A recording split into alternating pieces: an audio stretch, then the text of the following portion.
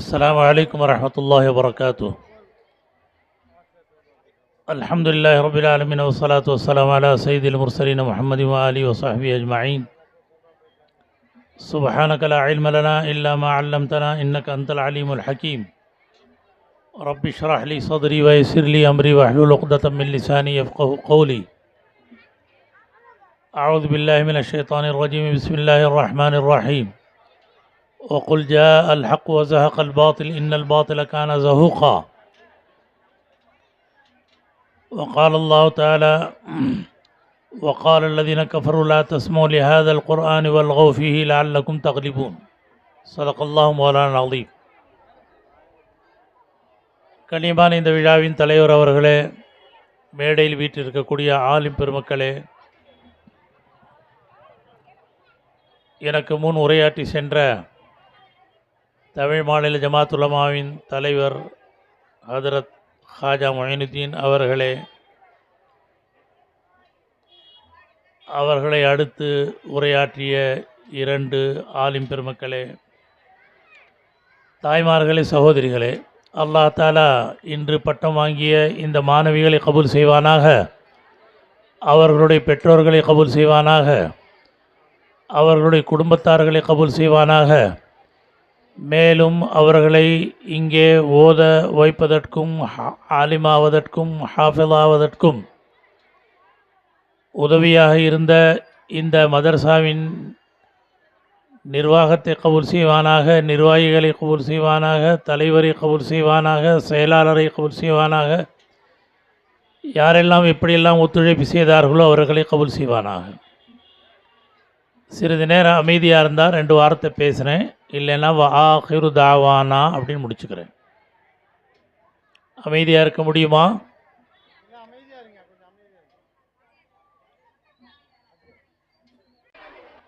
மேலான பெரியார்களே, சகோதரர்களே, தாய்மார்களே, சகோதரிகளே, அல்லாஹ் தாலா கியாமத் நாள் வரை வரக்கூடிய மனித சமுதாயத்தின் எல்லா விதமான பிரச்சனைகளுக்கும் இவ்வுலகிலும் மறு உலகிலும்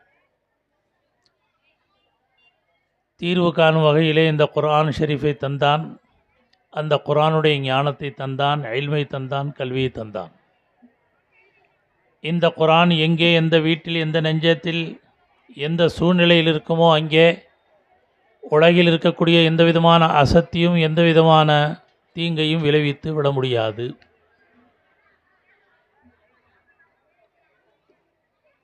உத்தரப்பிரதேசத்தில் இருக்கக்கூடிய மாபெரும் கல்வி கலை ஞான கூடத்தில் ஒரு ஆலிம் பெருமகன் மௌலானா சுல்தானுல் ஹக் என்பதாக இருந்தார். அவர் ஒரு புறாவை வளர்த்தி கொண்டிருந்தார். அந்த புறா காணாமல் போனதற்காக அதை தேடி ஊரெங்கும் அலைந்தார், கிடைக்கவில்லை. கடைசியாக அவரிடத்தில் சொல்லப்பட்டது, இன்ன குளத்தின் ஓரமாக ஒரு பண்டிதர் இருக்கின்றார், அவரிடத்தில் சென்றால் உங்களுடைய காணாமல் போன புறாவை பற்றி சரியான தகவல் தருவார் என்பதாக. அதை கேட்டு மௌலானா சுல்தான் ஹக் சாஹிப் அவர்கள் அந்த குளத்தின் பக்கமாக சென்றார்கள், தன்னுடைய நண்பரை அழைத்து கொண்டு. சென்ற இடத்திலே அந்த பண்டிதரின் பழக்கம், வரக்கூடியவர்களை பார்த்ததும் ஒரு சீட்டிலே, ஒரு துண்டு சீட்டிலே எழுதி தண்ணீரில் அந்த துண்டு சீட்டை போடுவார். அதை எடுப்பார். எடுத்தால் அதற்கான விடை இருக்கும், வந்தவரின் பிரச்சனைக்கான தீர்வு இருக்கும். இந்த நிலையில் மௌலானா சுல்தான் ஹக் சாஹிப் அவர்களும் சென்றார்கள். வழி நீண்டமாக வரிசையில் மக்கள் நின்றிருந்தார்கள். முன்னால் இருந்த மக்கள் முடிந்த பின் இவர் பக்கத்தில் சென்றார். அவரை பார்த்ததும் அந்த பண்டிதர் ஒரு சீட்டிலே, ஒரு துண்டு சீட்டிலே எழுதினார். தண்ணீரில் போட்டார், எடுத்தால் எந்த விதமான பதிலும் இல்லை. மீண்டும் எழுதினால், போட்டார், எடுத்தார், எந்த பதிலும் இல்லை. 3வது முறையும் எழுதினார், போட்டார், தண்ணீரிலே எடுத்தார், எந்த பதிலும் இல்லை, விளக்கும் இல்லை. ஆச்சரியமாக பண்டிதர் வந்தவர்களை பார்த்தார். பிறகு கேட்டார் அவருடைய மொழியிலே, முல்லாஜி, உங்கள்கிட்ட யார்கிட்டனாச்சும் உங்களுடைய வேதம் இருக்குதா அப்படின்னு கேட்டார். புறாவை காணாமல் போட்ட சுல்தானுல் ஹக் மௌலானா அவர்கள் சொன்னார்கள், என்னிடத்தில் இல்லை என்பதாக. அவரை அழைத்து சென்றிருந்த நண்பர் சொன்னார், என்னிடத்தில் இருக்கின்றது ஒரு சிறிய குர்ஆன். அவர் கேட்டார், எங்கே இருக்கின்றது? என்னுடைய பாக்கெட்டில் இருக்கின்றது. அவர் சொன்னார், அந்த பண்டிதர், முல்லாக்களே, அதாவது ஆலிம்களே, நான் செய்யக்கூடிய இந்த வேலை இருக்கின்றதே ஒரு விதமான கண்கட்டு வேலை. இந்த வேலை நடக்கும் இடத்திலே குர்ஆன் இருந்தால் என்னுடைய மந்திரம் தந்திரம் பலிக்காது. எனவே நீங்கள் உங்களுடைய வேதத்தை கொஞ்சம் அப்புறம் கொண்டு போனால் நான் என்னுடைய மந்திரத்தை அல்லது தந்திரத்தை காட்டுவேன், பிரச்சனைக்கான தீர்வை நான் சொல்ல முடியும் என்றார்.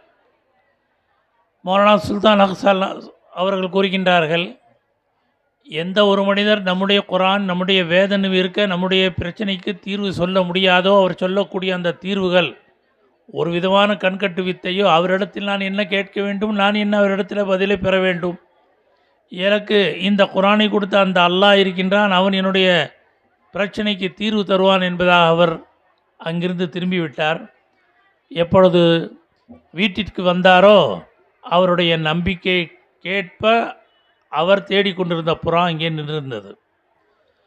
இதை வைத்து அந்த ஆலிம் பெருமகன் சொன்னார், அல்லாஹ் குர்ஆனிலே சொன்னானே, வகுல் ஜா அல் ஹக், நபியே சொல்லிவிடுங்கள் சத்தியம் வந்துவிட்டது, வதஹகல் பாத்தில், அசத்தியம் மங்கிவிட்டது, இன்னல் பாத்தில கான ஜஹூகா, நிச்சயமாக அசத்தியம் கியாம நாள் வரை எப்பொழுதுமே சத்தியம் என்ற குர்ஆனுக்கு முன் நிலைக்காது நிலைக்காது நிலைக்காது.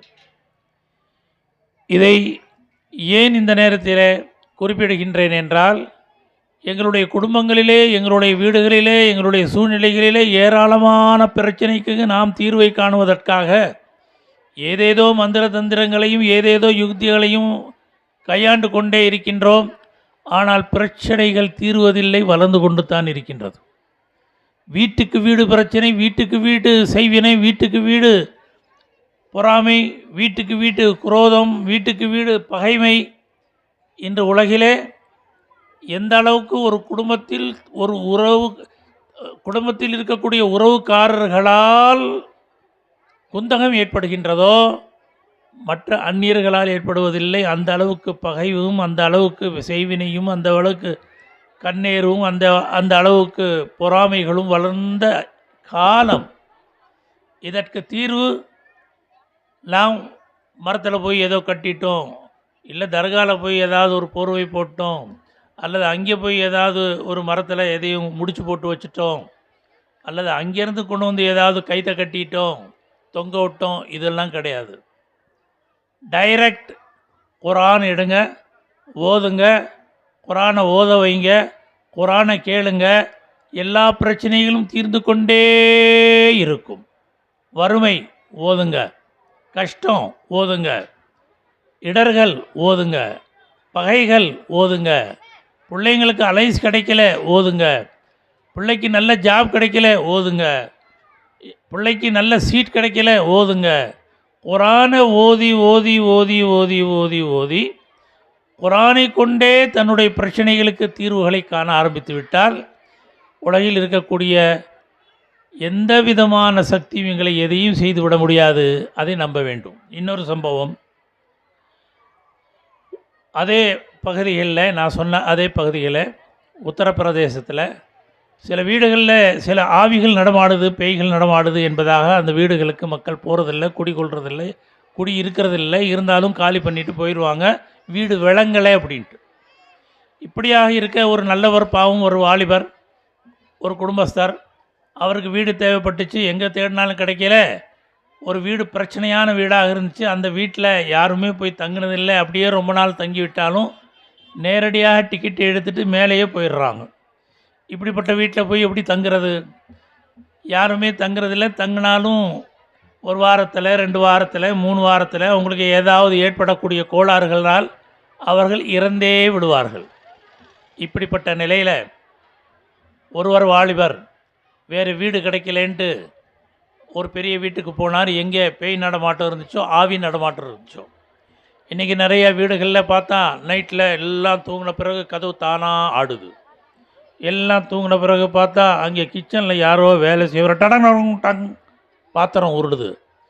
எல்லாம் தூங்கின பிறகு பார்த்தா மாடியில் அந்த சைடில் ஏதோ ஒரு முடியை அப்படி இது பண்ணிவிட்டு நடக்கிற மாதிரி தெரியுது.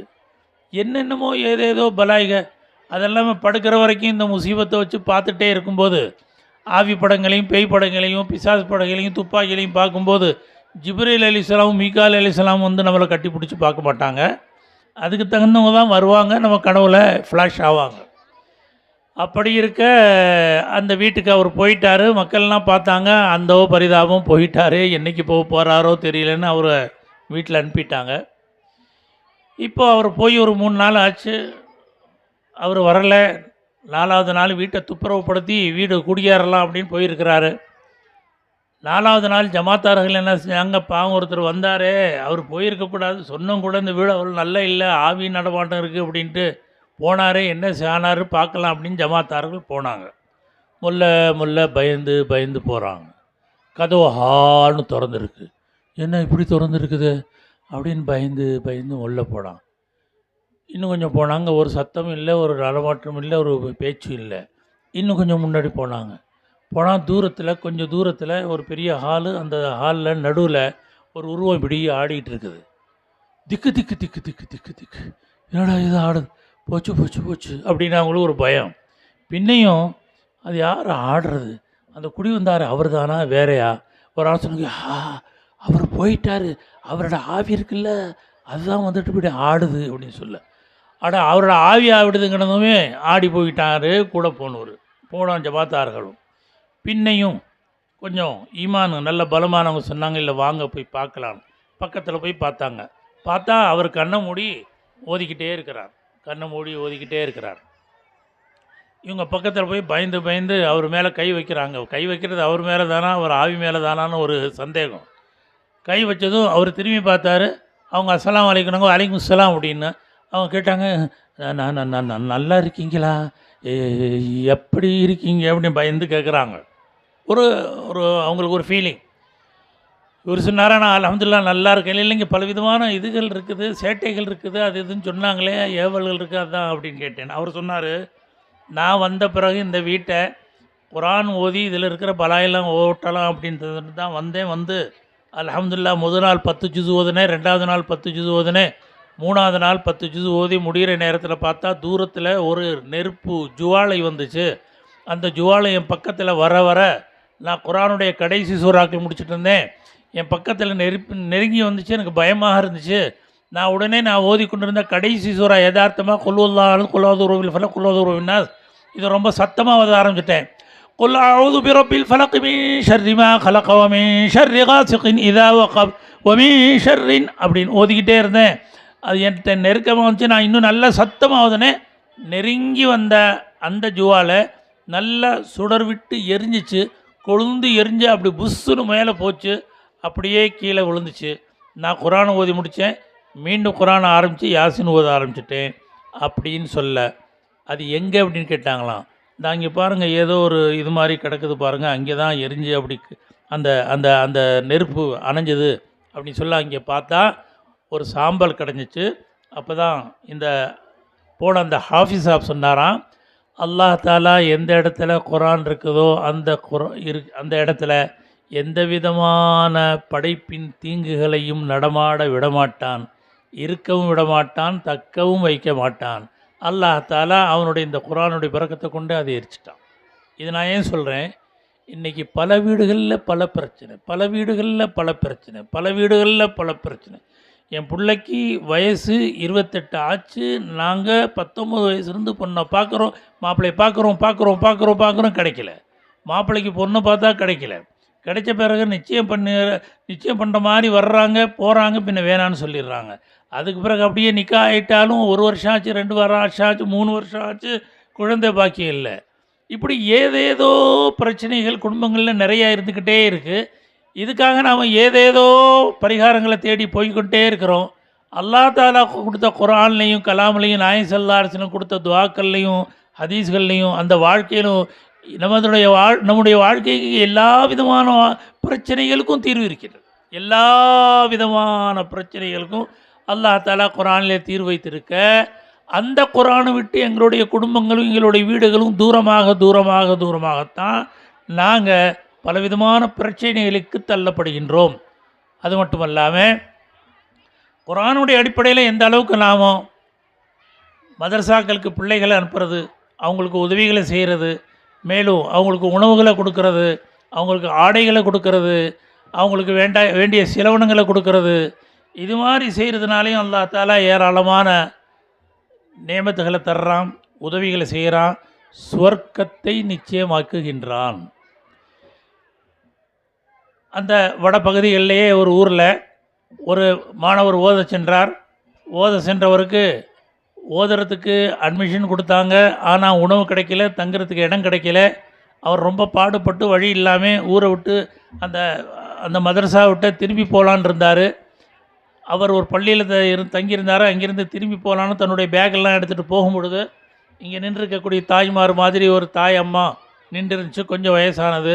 எங்கே மகனை போகிறீங்க அப்படின்னு கேட்க, நான் இங்கே இப்படி தான் மதரசாவில் ஓத வந்தேன், எனக்கு உணவுக்கு இது கிடைக்கல, அட்மிஷன் தங்குறதுக்கு இடம் கிடைக்கல, நான் ரொம்ப பசியில் இப்போ சாவ போகிற மாதிரி இருக்குது, நான் ஊருக்கே திரும்பி போகிறேன்னு சொல்ல அந்த அம்மா சொல்லிச்சு, வேண்டாம் மகனே நீ போகாத, நான் உனக்கு வேண்டிய உதவி செய்கிறேன் என்பதாக சொல்லி அது சொல்லிச்சு, நான் உனக்கு ஒரு நேரம் உணவை தந்துடுறேன் அல்லது என் உணவில் பாதி தர்றேன் அப்படின்னு சொல்ல, அந்த அம்மா பாவும் வீடுகளில் போய் வேலை செஞ்சு சட்டி கழுவி அதுக்கு கொஞ்சம் காசு கிடைக்கும். அதில் காலையில் 2 ரொட்டி, மாலையில் 2 ரொட்டி, அந்த கிடைக்கக்கூடிய 2 ரொட்டியிலேருந்து ஒரு ரொட்டி இந்த மாணவன் கொடுத்துச்சு, ஒரு ரொட்டி மாலையில் கொடுத்துச்சு. அவர் வாங்கி சாப்பிட்டாரு. அல்ஹம்துலில்லாஹ் மதரசால ஓதினார்.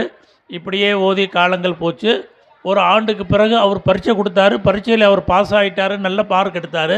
அவருக்கு அகாமடேஷனும் கிடச்சிருச்சு, அவருக்கு ஃபுட்டு உணவும் கிடச்சிருச்சு. இந்த நிலையில் அவர் அல்ஹம்துலில்லாஹ் அவர் ஓதி முடிச்சிட்டாரு. இந்த அம்மாவும் ஓரளவு இவருக்கு உதவியெல்லாம் செஞ்சிச்சு. ஓதி முடிச்சு இவர் போயிட்டார், அந்த அம்மாவும் போயிட்டார். கொஞ்சம் காலம் ஆயிடுச்சு. போன பிறகு மாஷா அல்லாஹ் எங்கேயோ ஒரு ஊரில் ஒரு பெரிய மதரசாவில் ஒரு பள்ளிவாசல்ல இமாமாக அவர் சேர்ந்துட்டார். பணிபுரிந்து கொண்டிருந்தார். ஹஜ்ஜுக்கு போனார். ஹஜ்ஜுக்கு போன இடத்துல அவர் தவாஃப் செய்து கொண்டிருந்தார். தவாஃப் செய்து கொண்டிருக்கும்போது தவாஃப் செஞ்சு சைக்கு போகலாம் அப்படின்னு தொங்கோட்டத்துக்காக போகிற நேரத்தில் அவருக்கு ரொம்ப டயர்டாக இருந்துச்சு. பொதுவாகவே தவாஃப் செய்யும்போது சில பேருக்கு ரொம்ப டயர்ட்னஸ் வந்துடும். அதனால் அவர் சைக்கு ஏறுறதுக்கு முன்னாடி ஒரு ஓரத்தில் ஒரு க்ரீன் லைட் இருக்குது, அங்கே செய்ய போட இடத்துல அந்த க்ரீன் லைட்டுக்கிட்ட அவர் கொஞ்சம் அப்படி சாஞ்சார் அப்படி தூங்கிட்டார். தூங்கும்போது கனவுல பார்த்தா ஒரு பெரிய மாளிகை. அந்த மாளிகையில் ஒரு பெரிய அலங்காரத்தோடு அது காட்சி தருது. அதில் ஒரு பெரிய சிம்மாசனமும் ஆசனமும் அந்த மெத்தையும் போடப்பட்டிருக்கு. அதில் ஒரு அழகான உருவம். இது யாருனது, யார் வீடு அப்படின்னு கேட்க அவங்க சொன்னாங்களாம், இது ஒரு அம்மாவுடைய வீடு அப்படின்ட்டு. எந்த அம்மாவுடைய வீடு அப்படின்னு சொல்லிட்டு இவர் எட்டி பார்த்தா, எந்த அம்மா இவரை ஓதுறதுக்காக இருமகனே நான் எனக்கு கிடைக்கிற ரொட்டியிலேருந்து ஒரு ரொட்டி தர்றேன்னு சொல்லிச்சில்ல, கொடுத்துச்சில்ல, அந்த அம்மா அந்த மாளிகையில் இருந்துச்சான், சொர்க்கத்தின் அந்த மாளிகையில். இவர் கேட்டாரா, தாயே அம்மா நீங்கள் இங்கே இருக்கிறீங்களே எப்படி வந்தீங்கன்ட்டு. அப்போ அந்த அம்மா சொல்லிச்சா, இந்தப்பா நீங்கள் ஓதி போயிட்டீங்க, அதுக்கு பிறகு நானும் கொஞ்ச நாள் இருந்தேன், அல்லாஹ் தஆலா பிறகு என் உடம்பு ரொம்ப பலகீனமாயிருச்சு, வீட்டுக்காரரும் உதவே இல்லை, நான் அதுக்கு பிறகு மௌத்தாயிட்டேன். மௌத்தான பிறகு நான் அல்லாஹ்ட்ட சமர்ப்பிக்கப்பட்ட போது என்னை இழுத்து கொண்டு போனாங்க அந்த ஆலம பர்சகில் கொண்டு போய் இதோடைய கணக்குகள் வாங்குங்க அப்படி இப்படின்னு சொல்லும் பொழுது அல்லாஹ் தஆலா கட்டளையிட்டான், இந்த தாயிட்ட எந்த கட்டளையும் எந்த கணக்கும் வாங்காதீங்க, இது தனக்கு கிடைச்ச ஆகாரத்தில் இருந்து ஒரு மாணவருக்கு கொடுத்து அந்த மாணவரை ஆலிம் ஆக்கியிருக்குது, தீனுடைய தாயாக ஆக்கியிருக்கு, நபியுடைய வாரிசாக ஆக்கியிருக்கு. அதனால் எந்த கணக்கும் இல்லாமல் இதை மாளிகையில் கொண்டு போய் உயர்ந்த இடத்துல வைங்கன்னு சொல்லி அந்த பரக்கத்தில் நான் இங்கே இருக்கேன்ப்பான்னு சொல்லித்தான். இப்போ நான் இங்கே இருக்கக்கூடிய எல்லா தாய்மார்கிட்டையும் உதவ கேட்குறேன். இங்கே ஓதக்கூடிய பிள்ளைகளுக்கு, பெண் பிள்ளைகள் எத்தனை பேர் ஓதுறாங்களோ நிஸ்வான் மதரசாக்களில், அந்த பிள்ளைகளுக்கு தன்னால் முடிஞ்ச உதவிகளை செய்வீர்களா? சொல்லுங்களேன் இன்ஷா அல்லாஹ்னு. அது மட்டும் இல்லாமல் ஒவ்வொரு வீட்டிலையும் நீங்கள் ஹிஃப்து செய்த பெண்மணிகளை, பிள்ளைகளை உருவாக்கணும். ஒவ்வொரு வீட்டிலையும் இல்ம படிக்கிற ஆலிம்களை உருவாக்கணும். ஆலிம் ஆண்களை உருவாக்கணும், ஹாஃபில் ஆண்களை உருவாக்கணும், பெண் பிள்ளைகளையும் உருவாக்கணும். இப்படி நீங்கள் உருவாக்க ஆரம்பித்து விட்டால் இந்த உலகத்திலேயே அல்லாஹ் தஆலா சொர்க்கத்தில் நீங்கள் இருக்கக்கூடிய இடங்களையும் காட்டி விடுவான். அது மட்டும் இல்லாமல் உங்களுடைய நன்மையும் கூட்டி விடுவான். ஒரே ஒரு சம்பவம். ஒரு பெரியவர் ஒரு கபர்ஸ்தானுக்கு போனார். அங்கே கபர்ஸ்தானுக்கு போன பிறகு ஃபாத்தியா ஓதி எல்லாத்துக்கும் துவா செஞ்சுட்டு மக்ஃபிரத்துக்கு திரும்பி வந்தார். திரும்பி வந்த பிறகு கனவுல பார்க்குறாராம். கனவுல பார்த்தா அங்கே இவர் ஓதின அந்த சவாபை மலக்குகள் எடுத்துகிட்டு போய் அங்கே இருக்கக்கூடிய கபராளிகளுக்கெல்லாம் கொடுக்குறாங்களாம், போஸ்ட்மேனு தபால் கொடுத்த மாதிரி. அப்போ அந்த கபராளிகள் யாரெல்லாம் இருக்கிறாங்களோ அவங்கெல்லாம் வேகமாக போய் அவர் கொடுக்குறத வாங்குறாங்களாம், எனக்கு கொடுங்க எனக்கு கொடுங்கன்னு. எப்படியாக தண்ணி தட்டுப்பாடு நேரத்தில் தண்ணி லாரி வந்து சப்ளை செய்யும்போது எனக்கும் உனக்குன்னு குடம் எடுத்துகிட்டு எடுப்பாங்களோ அது மாதிரி வாங்கினாங்களாம். ஒரே ஒருத்தர் மட்டும் ஓடவும் இல்லை, கேட்கவும் இல்லை, பதட்டப்படவும் இல்லை, தான் இடத்துல நிம்மதியாக உட்காந்துருந்தாராம். கனவுல பார்த்து ரொம்ப ஆச்சரியமாக இருந்துச்சான். அதுக்கு பிறகு அவர் கனவுல இருந்து முழிச்சார். முழித்த பிறகு ஒரு ஆலிம்சாட்டை கேட்டாராம். சொன்னாராம், நீங்கள் ஓதுன அந்த சவாப் இருக்குதில்ல, அதை தான் அங்கே எல்லாத்துக்கும் பங்கு போட்டு கொடுத்தாங்க, அதை எல்லாமே தேடி போய் வாங்கினாங்க, ஒருத்தர் மட்டும் வாங்காமல் இருந்தாரே ஏன் அப்படின்னு கேட்க, அப்போது அவரோட உருவம் எப்படி இருந்துச்சுன்னு கேட்டாராம் ஆலிம்சா. இப்படி இருந்துச்சு, இன்னார் இன்னார். ஓ அவரா சொன்னாராம். அவர் இருக்காரே, தன்னுடைய மகனை ஹாஃபில் ஆக்கிட்டார். ஹாஃபில் ஆகின மகன் இருக்கிறாரே, அவர் தன்னுடைய தகப்பனாருக்கு ஓதி ஓதி ஓதி துவா செஞ்சுக்கிட்டே இருக்கார். அதனால் இவர் சொன்னாராம், அந்த தந்தை சொன்னாராம், எனக்கு ஏராளமான நன்மை சேர்ந்துருச்சு, என் மகன் சேர்த்து விட்டுட்டான், அதனால் நான் போய் இந்த துண்டு துக்குடாக வாங்குகிற அளவுக்கு எனக்கு தேவையில்லை அப்படின்ட்டு அந்த தந்தை இந்த ஆலிம்சாட்ட சொல்லியிருக்கார். அந்த ஆலிம்சா இவர்கிட்ட சொல்ல. ஒரு வாரம் கடந்துச்சு, 2 வாரம் கடந்துச்சு. அதுக்கு பிறகு மீண்டும் இவர் அதே மாதிரி கபர்ஸ்தானில் போய் துவா செய்கிறாரு, ஓதுறாரு, ஃபாத்தியா ஓதுறாரு, மக்ஃபிரத்துக்கு துவா செய்கிறாரு. பிறகு கனவுல பார்க்குறாரு, அதே மாதிரி தான் எல்லாம் வந்து எனக்கு கொடு உனக்கு கொடு அப்படின்னு சொல்லிட்டு அடித்து பிடிச்சி வாங்கிட்டு இருந்தாங்களாம். அதில் இந்த அசையாமல் உட்காந்துருந்தால ஒருத்தர் கொஞ்சம் வயசானவர், இவரும் போய் முடித்து முட்டி மோதி எனக்கு கொடுங்க எனக்கு கொடுங்கன்னு சொல்லி கேட்டுட்டு இருந்தாராம்.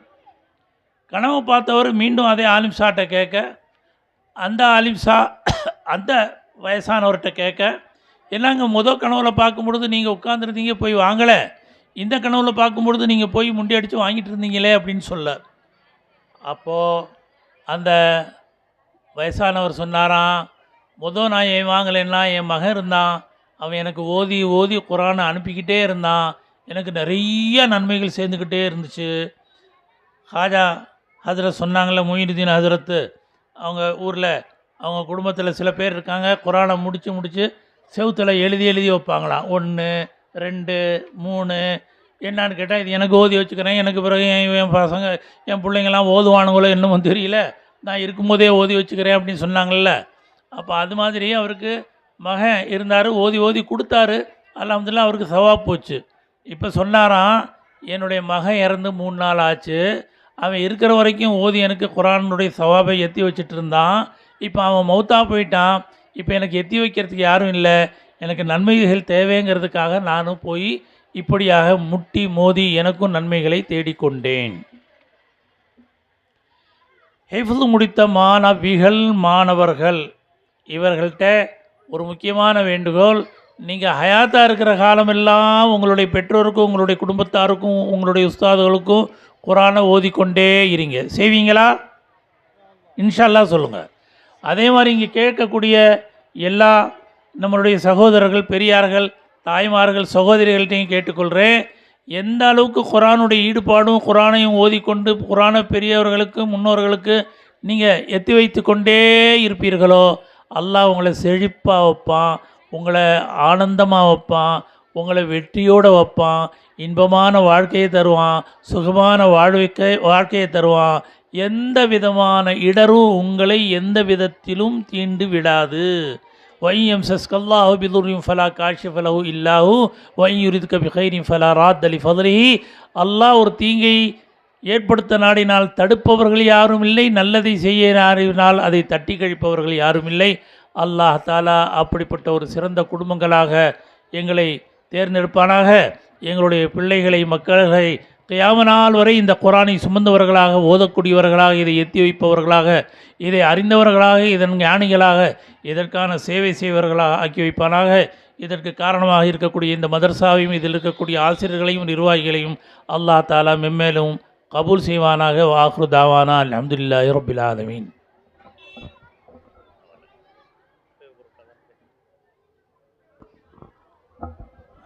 எங்களுடைய உஸ்தாத் பிறந்தகை ஹசரத் அவர்களுக்கு மனமார்ந்த நன்றி. ஹசரத் அவர்கள் பெண்கள் மதர்சாவில் தமது திருக்கரத்தால் சனது கொடுப்பதற்கு ஆக தகுதி பெற்றவர்கள். காரணம், அவங்களுடைய மனைவி எங்களுடைய மாமி மருஹுமா ஹாஜியா அவர்கள் சபீலுல் குர்ஆன் என்ற பெயரில் ஹசரத்துடைய வீட்டிலேயே மாடியில் பெண்கள் மதர்சா நடக்குது. மாமி அவங்க பல ஆயிரம் ஹாஃபிலாக்களை ஆலிமாக்களை உருவாக்கியவர்கள். அவங்க வீட்டில் ஹசரத்து வீட்டிலேயே நிஸ்வான் மதர்சா மிக சிறப்பாக நடக்குது. 2 வருஷத்துக்கு முன்னாடி மாமி அவங்க வஃபாத் ஆகிட்டாங்க. அந்த ஜனாசாவில் அந்த பட்டம் பெற்ற ஹாஃபிலாக்களும் ஆலிமாக்களும் கூடி நின்று அழுத காட்சி இருக்கின்றது. அல்லாஹ் அக்பர். அவ்வளோ பெரிய சீதேவி ஹசரத் அவங்களுடைய வீட்டு எங்கள் மாமி ஹசரத் அவங்களுடைய உஸ்தாத் அவங்களுடைய மனைவி அப்பேற்பட்ட சீதேவி. அதனால் ஹசரத் அவங்க இது மாதிரி நிஸ்வான் மதரசாக்களை உண்மையிலேயே சனது கொடுக்கறதுக்கு ரொம்ப தகுதி பெற்றவங்க.